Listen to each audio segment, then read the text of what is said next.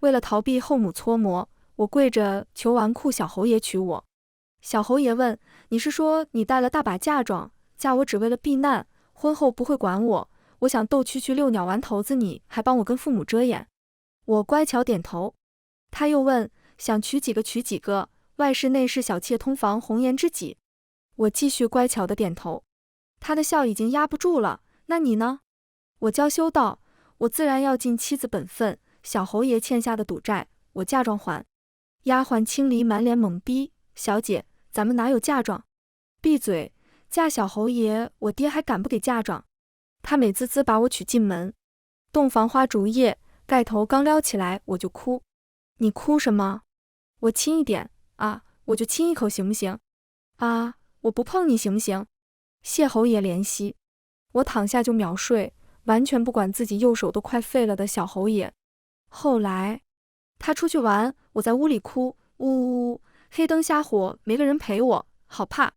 他跟卖身葬父的姑娘刚说一个字，我那边就哭晕了过去，他只好先带我看大夫。后来的后来，他指着我咬牙切齿道：以后我不玩不赌不嫖不养外室，就天天哄着你，对吗？那你说好要帮我还钱的嫁妆呢？我红着脸，嫁妆没有，但妾身赌钱有那么一点点强。大家好，欢迎收看皮皮听书。小侯爷谢惊鸿把给未来媳妇的聘礼输光了，不敢回家，在客栈躲懒时被我给拦住了。我不要聘礼，娶我吧。谢惊鸿懵了，他再荒唐也知道临时换新娘这个事实在是匪夷所思，转身就要走。而我忍着羞怯，双手捧住他的下巴，硬是把他的脸转到了我面前，含羞带怯：小侯爷，我不好看吗？他恍惚了一下，很快还是推开了我。姑娘再好看也是有缘无分，我爹娘已经选好了我的妻子，我这就……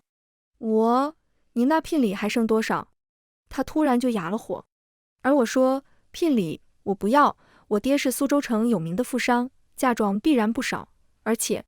他继续恍惚，然后恢复理智，推了我一把，恼怒道：你这女子怎么听不懂话？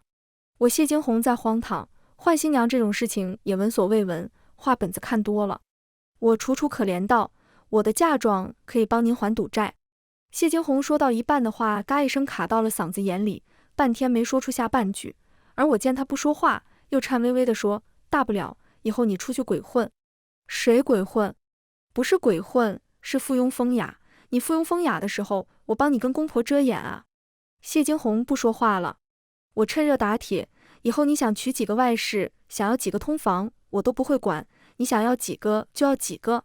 你叫什么？程云燕，程家嫡出的二小姐。回去等着。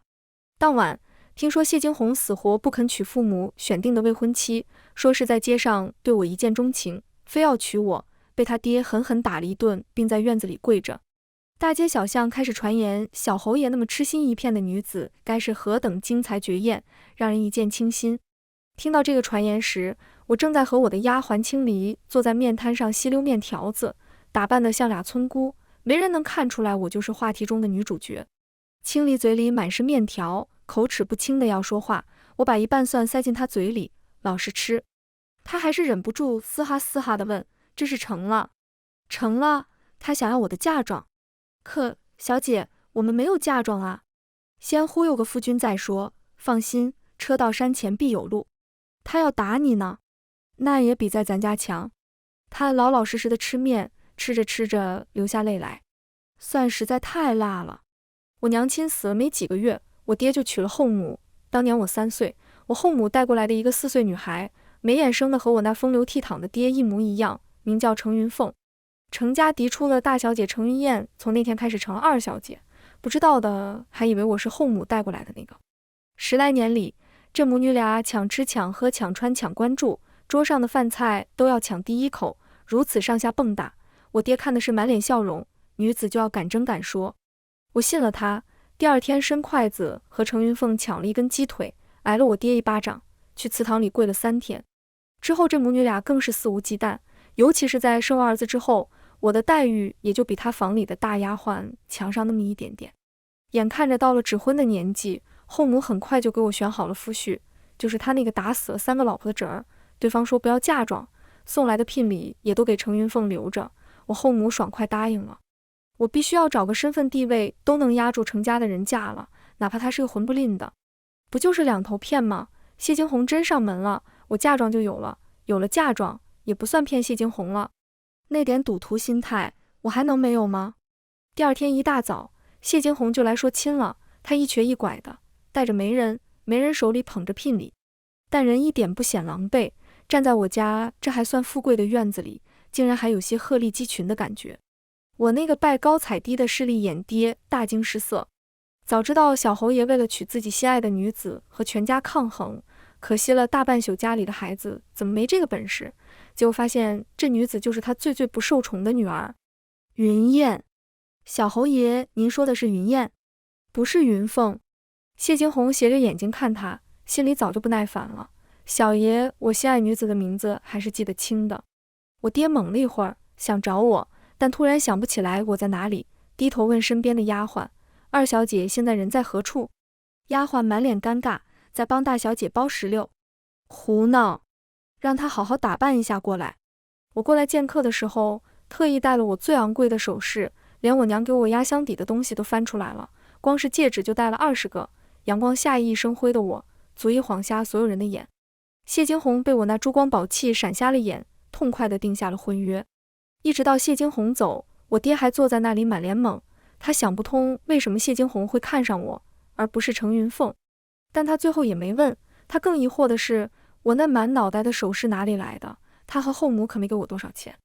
我说假的。我爹吓出一头冷汗，幸好小侯爷没看出来。他给我订了2套头面撑门面，这是我娘死后第一次，还是看在我快嫁人的份上。婚期定在了半月后，这半个月好好准备，他以后就是小侯爷的老丈人了。他不得不开始让后母准备嫁妆，而我恬不知耻地凑上去问爹娘，嫁妆给多少？我爹顿时冷了脸，我后母指着满屋子的香笼，笑得温柔：“你这丫头，哪有人直接问自己嫁妆的？那满屋子嫁妆都是你的，定不让你在侯府丢脸。”真的吗？我不信。我上去就开始开箱，第1个箱子装的砖头，第2个箱子装的沙子，第3个箱子装的布料，但是下人都不爱穿的粗布，第4个箱子、第5个箱子也都装了一些集市上穷苦人家用的花瓶瓷器。我顿时哭了起来，爹，如果小侯爷心血来潮打开瞧瞧我的嫁妆，看到这些会不会砍了我们全家的头？我爹面色一冷，刚要怒斥我，突然想到谢金红那混蛋的名头，3岁踹哥哥，5岁揍弟弟，7岁开始当街纵马，把自己门牙摔掉，非说是他兄长惊了马。10岁开始进出赌坊，手里但凡有点钱，根本留不过夜，更别说沿街打人、调戏良家妇女以及虐待平民百姓，还真有可能砍了他。我爹大手一挥，这些箱子都给装满了。后母脸色一僵，刚要说话，我就在旁边来了一句：“女儿方才有些兴奋过头，当初娘亲的嫁妆单子直接给了小侯爷，爹也不会怪我吧？毕竟嫁妆太少了，侯府有可能就反悔了。换成云凤，嫁妆就丰厚了。小侯爷再为姐姐去院子里跪半宿。”我后母只得咬牙把吞掉我娘的嫁妆还给了我，但我清点东西时发现她又使了小心思，金的变成铜的，宝石的变成玻璃的，银镯子还带着铁锈，银票歪歪扭扭一看就是假的，房产地契写的挺真，全是假的地址位置。罢了，总有我讨回来的一天。我风光出嫁，洞房花烛夜，谢金红掀起了我的盖头，眉毛微微一挑，这打扮比你那天顺眼许多。侯爷喜欢就好。那天你脸上的金簪太刺眼，晃得人眼晕，都没看清你长什么样，小爷差点以为提错亲了。家财万贯，难免想要展示一番，夫君见谅。他倒是很满意我的乖顺炫富，搂着我就想亲热，结果我哭得惊天动地。他碰我脸，我满脸泪；他碰我领口，我哆嗦得跟筛糠一样；他掀我裙子，我裙子缠在腿上跟裹绷带一样，愣是没扯开。他累了一头汗，气呼呼一甩袖子：“程云燕，你什么意思？”我怔怔看着他落泪了。我哭起来十分好看，清澈的眸子静静地看着他，泪水一颗一颗滚出来，但脸上丝毫不狼狈，充满破碎感。谢金红一下子气就消了，我也没说什么。你哭什么？我用手绢捂着自己的眼睛。夫君，虽然我胆小又爱哭，但我嫁妆多。他一想也对，还指望我用嫁妆给他还赌债，于是又高兴起来。那行，明天我就带你去赌坊还钱。好的，小侯爷。你怎么不哭了？小侯爷待我好，我不哭了。他似乎有点遗憾。不过赌坊可以去，但让我拿钱，那是不可能的，我满箱子假货。这晚我睡得有些晚，实在是裙子缠得太紧了，我自己都解不开，和青离忙活了大半宿。第二天一大早我还没睡醒，他先把我从床上拖了起来，一边拖还一边抓着洗脸巾子疯狂给我擦脸。喂，程云燕，说好的帮我还债去，你赶紧起来。我不想起，我想睡，但是我往后仰他给我薅起来，往左边栽往右边栽，他都给我弄起来，最后我3个方向都跑不了，只能往他身上栽。谁知道这一栽可好，他尴尬地坐在那里不敢动了。我能感觉到他呼吸急促，然后低头缓缓朝着我靠过来，而我此时终于清醒了，猛地一抬头就听到咣一声，他捂着下巴跳下床，手指着我，满脸愤怒。程云燕。我动作利索地下床，清理梳妆打扮见长辈，然后给小侯爷还钱去。谢金红大手一挥，嫁了我不必在意那些繁文缛节，还钱要紧。那不行，我得去，不然翻本的钱哪儿来？我可没啥银子，有也不能给你还债。谢金红家典型的没主见但爱儿的娘，有主见且强势溺爱孙儿的老夫人，以及有心管教无从下手的爹。谢金红的娘握着我的手直摇头叹气不说话，而我则握着她的手，一边笑一边点头。老夫人叮嘱我，金红打小娇惯，日后你得多照顾这些。我乖觉道，小侯爷让我做什么我就做什么，小侯爷不让我做什么，我定然也主动为他做。谢侯爷倒是没说什么，直接给银票。去赌坊的路上，我笑得合不拢嘴，而谢金红却蹙眉，我娘似乎不太喜欢你，她还是喜欢柳相家的女儿柳凝烟。我数着怀里的银票，那小侯爷也是娶不了了，让咱爹娶呗。谢金红，程云燕，你信不信小爷打死你？你哭啥啊？我又没有真打。哎，你别哭了，你怎么一哭就晕倒啊？哎呦老天爷，不打了。我默默起身，擦了擦眼泪，谢小侯爷。谢金红，程云燕，你是不是个骗子？我瞬间笑颜如花，哪能呢？我要是骗子，以小侯爷的聪明才智，第一眼就识破了呀。也对，但他还是没那么好糊弄，掐着我的下巴警告我，程云燕，你当初怎么嫁进来的？你我都心里有数，如果你骗了我满脸娇羞，定让小侯爷明白，物有所值。我进去没铺垫不墨迹，袖子一撸，脑袋一低，往谢金红旁边一缩，装作鹌鹑状，夫君，我不会赌钱，这大把的嫁妆，输了怎么办？谢金红，神他妈的物有所值。开赌坊的人背后靠山也硬，根本不怕谢金红，招呼着人过来拉我。既然小侯爷让夫人玩，那就让夫人开开眼。谢金红本想还赌债，结果我也被按在牌桌上了，急得直冒汗。他不会，他还爱哭，你们别吓着他。那房主一听我不会更开心了，那不会更好啊，要的就是不会。结果我装了几轮鹌鹑，就开始大杀四方了，把整个赌坊的人都给赢懵了。而我意犹未尽，然后我大大方方走到房主面前，把怀里的钱财一摊，还钱。还钱？谁的？小侯爷的。房主看着我的眼神意味深长，抬手让人收着，把小侯爷还的利息收好。我大意了，他咋欠这么多？回去的路上他心情很好，路上看到一个卖身葬父的丫鬟，忍不住来了一句，挺可怜的哈。是可怜，但是这世上可怜人多了，都在小侯爷您院子里呢，那些花红翠柳的，家里亲戚都死得不剩几个了，咱院子天煞孤星也不好吧？当初说好的，我随便娶呢。我眼圈一红，欠了那么多债，日子都还没过好呢，还往家里娶人，明儿带着小妾和正妻一块去赌坊给小侯爷捞钱，也不是不可以。说到底你就是醋了，不想让小爷带着丫鬟回去。我满脸难过，小侯爷既然这么不讲道理，我也无话可说。他脸都气绿了，不想理我，但他气来得快，消得也快，没多久就又来捅咕我，喂，什么时候还去赌坊啊？我自然顺着台阶下，听小侯爷的。他似乎也看出来我没有之前乖顺，你就在小爷面前装，明明是个赌神，还装，你怎么赌钱这么厉害？能不能教教我？不是生气吗？怎么说着说着又凑过来了？我十分坦诚，大约是天生的。见我嘲笑他的智商，谢惊鸿又冷着脸走了。哎，别怪我呀，吃饭的本事我可不能随便教人。后母厉害，霸占了我娘的嫁妆，还克扣我的月银，没人管我，但家里上下都是他的人，要打点就需要钱，画本子里的抄书卖刺绣，晚上出去青楼卖唱，实在是匪夷所思。赌术竟然是我唯一能学的比较体面的活了，靠着晚上女扮男装去赌坊赌钱，我过得还算勉强。不是我赌术一般，而是我老是出不去。但是谢惊鸿怎么欠这么多？接下来的几日，他天天带我出去赌钱，这赌着赌着，他就觉得有点不对味。程云燕，你的嫁妆呢？你拿出来一点先还了，钱咱们慢慢赚，怎么现在连赌钱的本钱都是我家拿的？是啊，他家老夫人给我的大金镯子，我每次都拿去押，每次都能拿回来，本钱都是他们侯府的东西。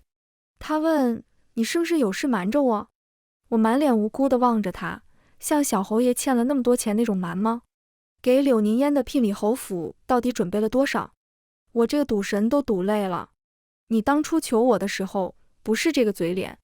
没有呀。我泪眼汪汪地看着他，我只是觉得夫妻之间说话不需要太遮遮掩掩。那你是不是也太不遮掩了？我捂着嘴，那以后我小心一点。他似乎要说什么，最后还是没说，气呼呼地下轿子。我一哭他就没辙，毕竟我给他看的每次都是我角度最完美的侧脸。生气了呗，跟我爹一样，一生气就把我娘随便丢在哪里自己回家了。同床夫妻都这样，更何况我这嫁进来避难的。我若无其事地跟轿夫说，先走吧，小侯也办事去了。结果天擦黑了，谢惊鸿满头大汗，气喘吁吁地冲进房门，把一个油纸包摔在我床边。程云燕，你是不是故意的？你把小爷我丢在街上自己走了。我有点尴尬啊，小侯爷您不是把我丢下了吗？丢下，我都把你娶回家了，我把你丢街上干嘛？他气呼呼地转身冲出门去，过了一会儿又跑回来，恶狠狠地丢下一句话，今儿晚上小爷不回来睡了。说完猛摇着扇子冲了出去，力气太大，还把扇子扇破了。我倒是无所谓，拿起自己床上的油纸包，皱了皱眉，打开一看，却怔住了。是桂花糕。我第一日见他的时候，刚刚吃完许福斋的桂花糕，身上带了一股子桂花甜香，他许是闻到了，许是巧合。青离说，小侯爷人挺好的，小姐。我知道，他家里那些个庶兄庶弟的，比皇帝的儿子打的都欢，偏偏个个好名声，就他这个小侯爷声名狼藉，十有八九有人在背后作祟。上次咱们在炸果子的摊子上听到的，是不是有人在谢惊鸿小时候故意带他去赌钱，让他染上毒瘾的？对，说怎么教都教不坏，憨憨的就带去赌坊了。我沉默了半晌，算了，跟咱们没关系。他赌多少，我给他赢回来就得了，其余的不要多事。他好歹还算尊重我，这就很好了。第二日，谢惊鸿没回来，但求救的纸条来了，上面写着他在赌坊被扣住了。谢惊鸿人不靠谱，倒是写了一手好字，但赌坊的人倒是胆子大，连小侯爷都敢扣押。到了赌坊才知道，赌坊的人也没想扣押他，他是自己不走的，因为同样被扣押住的还有柳凝烟。原来不是不让他走，是柳凝烟不肯走，他也不肯走。柳凝烟生得端庄大气，尽管在赌坊待了一晚，但衣着发丝丝毫不乱，身后围了4、5个婢女，把她包得严严实实。但透过这几个婢女的间隙，她投向我的目光也十分锐利。而我浑然不觉，只担忧地走到谢惊鸿面前，拿着帕子给他擦脸上不存在的汗。夫君，怎地一夜未归，急死妾身了。谢惊鸿脸绷得死紧，身体也僵硬，就板着脸任由我擦，一言不发。柳凝烟恨铁不成钢地看了他一眼，又轻蔑地看着我。你就是惊鸿娶的心腹？惊鸿流连赌场这种地方，你竟也不知规劝。小家子气十足，一味的怕夫君，就不该嫁入侯府，找个寻常百姓家族矣。我知道他身份贵重，不打算回嘴，只一味盯着谢惊鸿。侯爷，你赌了一夜的钱，你怎么能这样？柳凝烟眼神里闪过一丝快意，现在装着规劝也不是不行。谁知道下一秒我说，那你岂不是一夜没睡？这怎么可以？妾身心疼死了。说完还抹了抹眼泪。不知道为什么，谢金红那僵硬的身体突然就放松了下来，看着我的眼神好像还有那么些怔愣和探究。而柳凝烟嗤笑一声，怪不得谢金红对你如此痴迷，竟是个没主见糊涂的。我看谢家未来也就这样了，还能指望什么？走吧。谢金红见他走了，似乎也有点慌乱，追了几步，突然想起来我还被丢在后面，迟疑着又回来了，但是之后就有点心不在焉。那天我为了哄谢金红开心，一口气把他欠的债赢回来一大半，可他的表情还是生无可恋。回家路上他又中途下轿子，我没有走，在路边等他。他拎了一个油纸包上来，里面有黑芝麻馅喜福饼和桂花糕，外加一小包蜜果。他塞给我，我分了一半给他，他也吃。他嫌弃甜，但我分多少他吃多少。经过我不懈的努力，终于把谢金红欠的债一点不剩都还完了。我美滋滋地拿着他的欠条，在房里准备好好歇上一歇。结果我婆婆身边的丫鬟翠喜过来说婆婆喊我。我刚刚拔到一半的簪子又默默地插了回去，起身去了婆母房里。婆母每次看到我都叹气，我装没看见。她叹了一会儿气又说，金红玩心太大，本以为娶了媳妇儿，媳妇能规劝着些，结果竟然由着他玩，你也太无用了。这几日你还跟着他去赌坊？我老老实实道，之前小侯爷欠了钱，这几日去还钱。还钱？要还几天？还清了吗？我把欠条拿给他看。婆母满脸复杂。我说，婆母如果信我，就全交给我，日后定然不让他去那些地方，好好在家。上进我是说不出口，我婆母见我的样子，直接表示，我也不指望他上进，老老实实在家待着，别惹事就行了。那没问题。谢金红回来的时候，我正站在晚膳的桌旁帮婆母挑鱼刺，她也没多看我，就大喇喇地往那里一坐。我说怎么找不到你？我明日有些东西要用，你去给我找出来。我点点头，乖巧离开。到了屋里，却没见谢金红要的东西，反而桌上摆了一桌晚膳，都是我爱吃的酸甜口。青离说，小侯爷一听见您在夫人房里站了一天，滴水未进，就先弄了吃的，就去捞您了。我哦了一声，感觉刚刚替他还完赌债之后的自己值得这个待遇，便吃得理直气壮。谢金红回来的时候，我正好吃饱，你还真别说，这一桌菜分量正好是我的量，一点都剩不下。就看到谢金红进来时，表情瞬间僵硬，你一个人全吃了。我动作矜持地擦擦嘴，啊，小侯爷不让我吃，这是咱们两个人的份。我眼圈一红，早知道我就从嘴里给你省一口了。谢金红，你这话说的，小爷我饿着你，想吃什么让厨房给你做啊。但是想到我今天确实在婆母房里伺候了一天，什么都没吃到。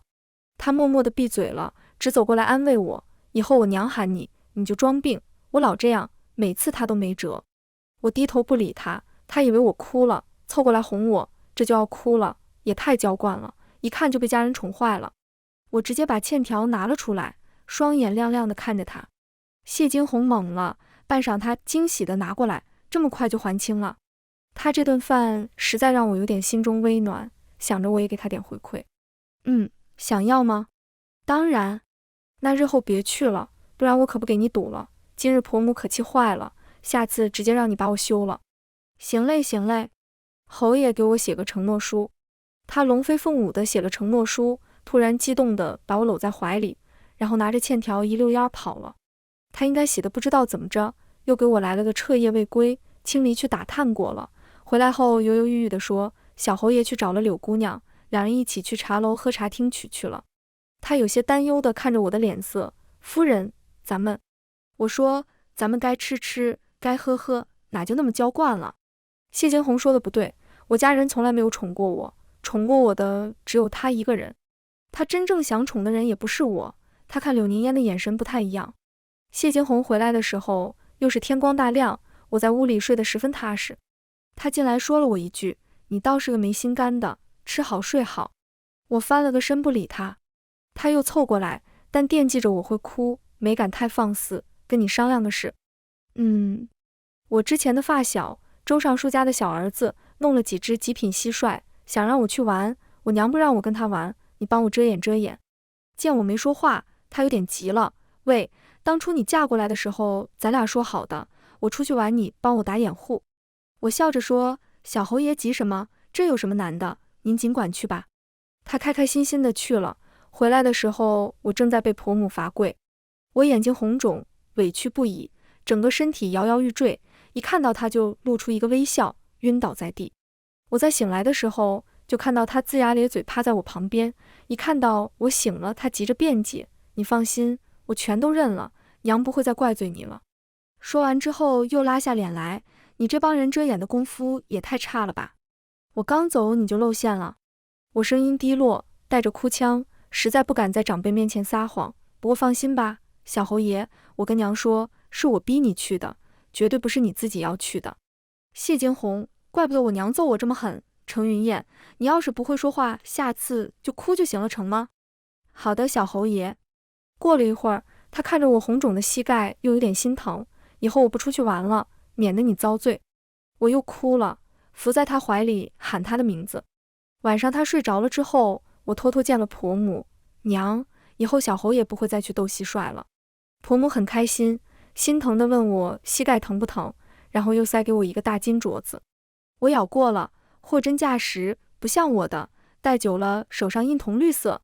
接下来的几个月，谢惊鸿说去喝酒，依依不舍送他到大门口，然后泪眼婆娑地看着他。我点好油灯，等小侯爷回来。谢惊鸿，算了，不去了。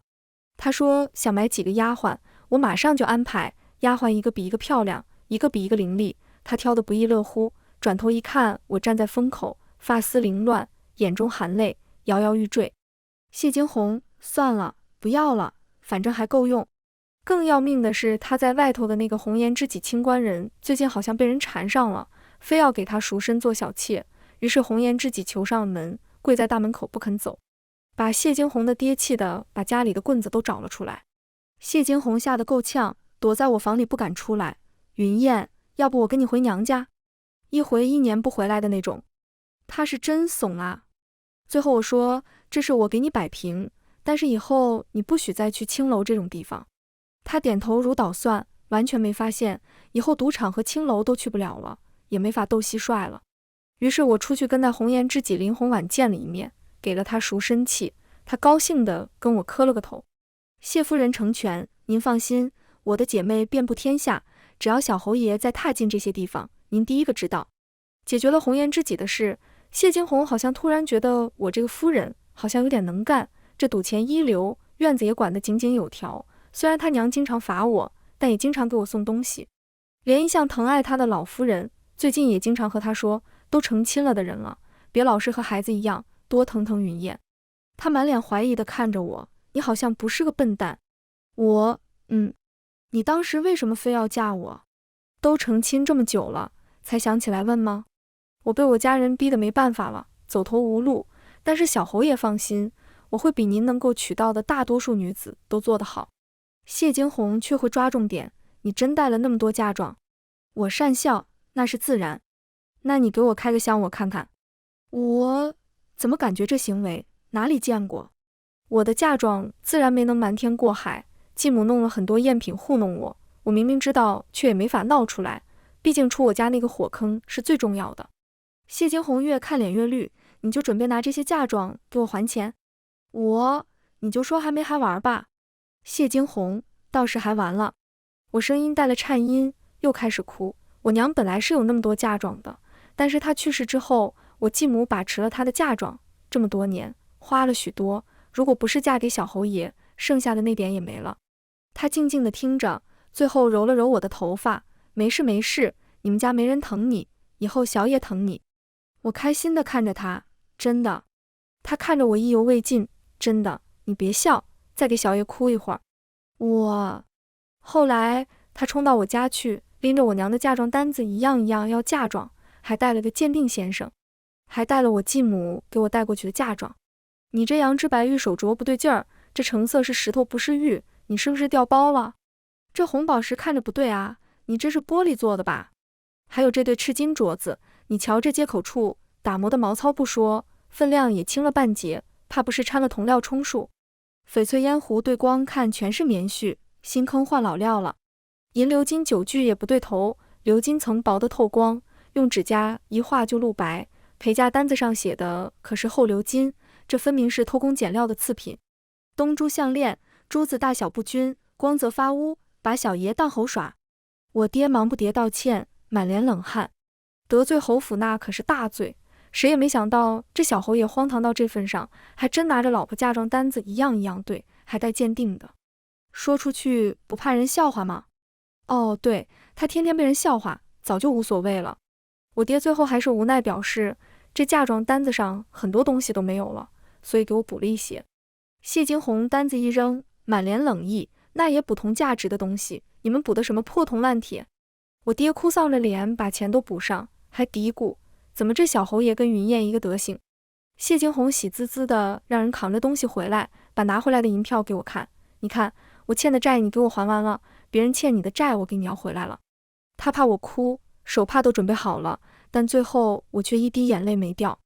他一边用手帕干擦我的脸，一边嘀咕，平时那么爱哭，我一点事情做不对，你就跟开了水闸似的，如今怎么不哭了？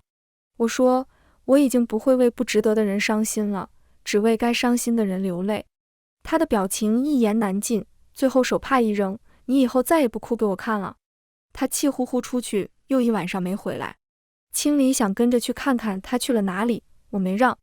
罢了，他给我点尊重，不要太荒唐，日后他想那个妾什么的，我也不会拦着。第二日，谢金红还没回来，我继母就带着程云凤先上门了。她一进来就盯着我的肚子瞧，之后满脸嫌弃。都几个月了还没动静，小侯爷在外头和人家之前的意中人又好上了，人家是高门贵女，到时候直接弄个平妻，你还有什么地位？我低头不语，只拨弄着手上的镯子。继母把程云凤往我身边一推，到底你在侯府势单力薄，把你姐姐留下，你们一起伺候侯爷，那个姓柳的嫁进来也占不到便宜。我就在那里看着他笑。继母到底是在家跋扈多年，完全不知道我在笑什么，只一直在那里说自己的想法，最后见我不接茬，我和你说话呢，你不回应，一直笑是什么意思？怎么，你觉得嫁到侯府就可以不管娘家了？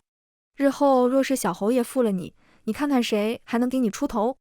我却还是笑，这话说的，若是小侯爷负了我，你们不让姐姐赶紧争宠去，还替我出头？不睬我都是好的。继母见我不同意，冷笑一声离开。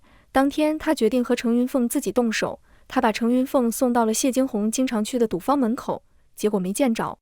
他又带着程云凤去了青楼，还是没见着人。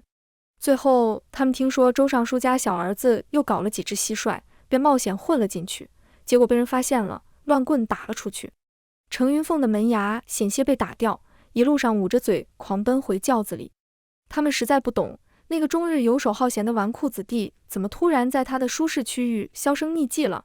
到了晚上，谢金红溜达回来，一推门就看到眼睛通红的我，他默默地看了我一会儿。我今儿去书院读了一天书，没有找小丫鬟，没有买丫鬟，没有找红颜知己，没有斗蛐蛐，没有去赌坊，你哭什么？我问他，我这侯府少夫人还能做多久？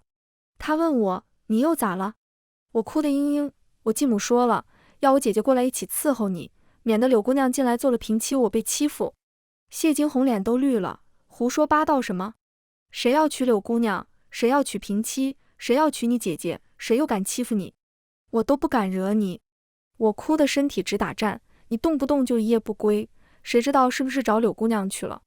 谢金红满脸通红，你少诬陷小爷。那天茶楼里是碰巧遇到的。他解释了大半宿，我依旧还是哭，不肯相信。最后他一跺脚，行了，我当初输掉聘礼的事他都知道了，他气都气死了，骂我是个烂泥扶不上墙的，他还能喜欢我这样的？换了你，你喜欢不？话音刚落，我就擦掉了脸上的眼泪。小侯爷，夜深了，洗洗睡吧。谢金红有点遗憾，你这就不哭了？还伸手摸了摸我脸上的泪水，眼神里满是意犹未尽。你再哭一个，小爷我钱都给，不是命都给你。这小侯爷是不是有点不对？1年后，我和谢金红圆了房，他表现得游刃有余，不停地问我，云燕，喜欢这样吗？喜欢那样吗？你觉得哪里更舒服？亲这里行吗？我脸红的几乎要滴出血来，含着泪说都行。结果，只要是他问的，那都没有用上，嘴巴上荤话一串接一串的，结果手笨的要命，弄得我很痛。他还问我小爷有没有很熟练，我哭得厉害，结果我哭得越厉害，他越发狠，不停地吻着我的眼泪，再多哭一点，云燕，再多哭一点，我喜欢。我第一次觉得我这赌神做了个赔本买卖。番外，我娘亲是懂得韬光养晦藏拙的，她觉得我窝囊点挺好，所以家里的那些叔兄叔弟陷害我时，她觉得差不多点的名声就别到处洗了，免得像她之前几个孩子一样夭折。名声坏了，还经常替人背锅，但我安全的长大了。我娘说名声都是个屁，活下来才是硬道理。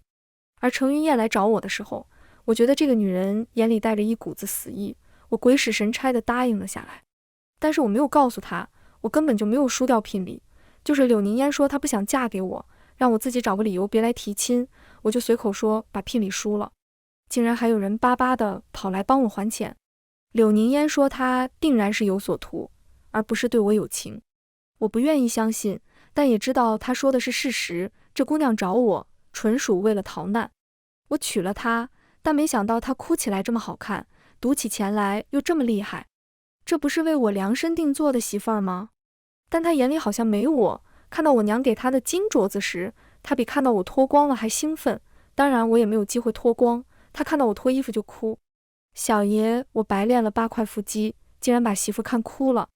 我没忍住，还想让她多哭几次，于是我故意夜不归宿，故意碰到柳宁烟就往上凑，还得让她知道，搞得柳宁烟对谁都没好脸色。但最后她真的哭了，我还是心疼。